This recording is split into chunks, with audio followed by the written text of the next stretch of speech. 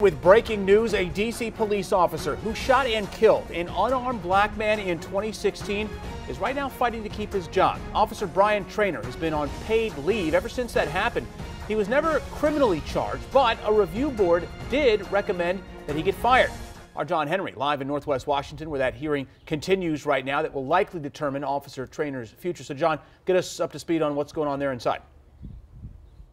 Well, Adam, this meeting's been going on for about 8 hours, the hearing inside this building behind me. Officer Traynor's defense team seemed to be looking forward to it, too, because they said this was an opportunity for the truth in this case finally to come out. Now, Officer Traynor's team told the board they believed Traynor was justified in his shooting of Sterling, so much so that he pled not guilty to 3 administrative charges in connection to the case.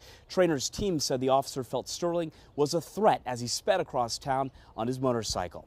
Now, as you might imagine, the prosecution had a different take on all of this. One attorney said Traynor's actions simply undermined MPD's reputation. They pointed to a number of issues, too. First, Traynor could not explain why he turned on his body camera until after the shooting occurred.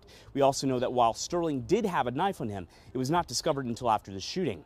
Finally, a detective with internal affairs also testified if Traynor had not had his gun out of his holster before stepping out of his cruiser, he believes Sterling would still be alive.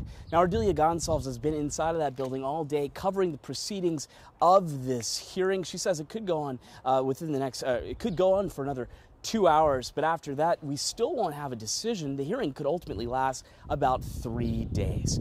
With the very latest from Northwest, John Henry, USA 9. All right, John, thank you. Protesters calling for Officer Traynor to be fired were rallying outside of the building where today's hearing is going on.